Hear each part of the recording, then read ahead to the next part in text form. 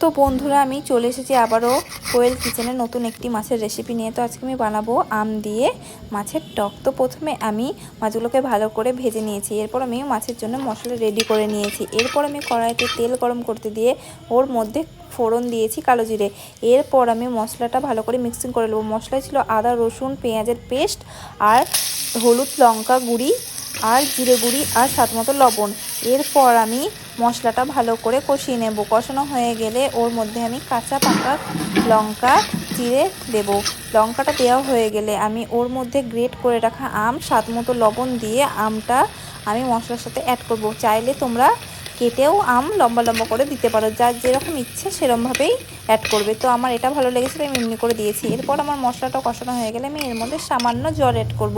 জল অ্যাড করার পর আমার এটা ফুটে এলে এর মধ্যে আমি মাছগুলো দিয়ে ভালো করে ফুটিয়ে নামিয়ে নেব কাঁচা আমের মাছের টক।